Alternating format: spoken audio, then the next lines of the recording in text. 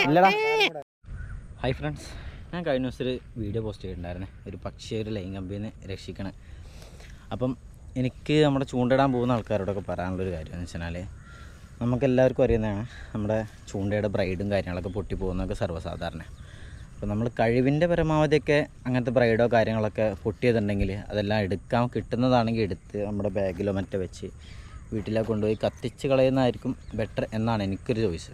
അതെന്താ വെച്ചാൽ, ഇതൊക്കെ നമ്മുടെ വെള്ളമൊക്കെ കയറി നിൽക്കുന്ന സമയത്ത് ആരുടെയിലൊക്കെ കാലിൽ കുടുങ്ങിയിട്ടും അല്ലെങ്കിൽ ഇതുപോലെ പക്ഷികളുടെയൊക്കെ ജീവനൊക്കെ എടുക്കാനൊക്കെ കാരണമാവുന്നൊരു സാധനം കൂടെ. അത്രത്തോളം സ്ട്രോങ് ആണെന്നുള്ളത് എല്ലാവർക്കും അറിയാം. പെട്ടെന്ന് നമ്മുടെ കൈ കൊണ്ട് പൊട്ടിച്ചാൽ പോലും പൊട്ടാത്തൊരു സാധനം ഇപ്പോൾ പക്ഷികളെ കൊണ്ട് ചിലപ്പം ഇതുപോലെ പൊട്ടിച്ചെടുക്കാൻ പറ്റിക്കൊള്ളണമെന്നൊന്നുമില്ല.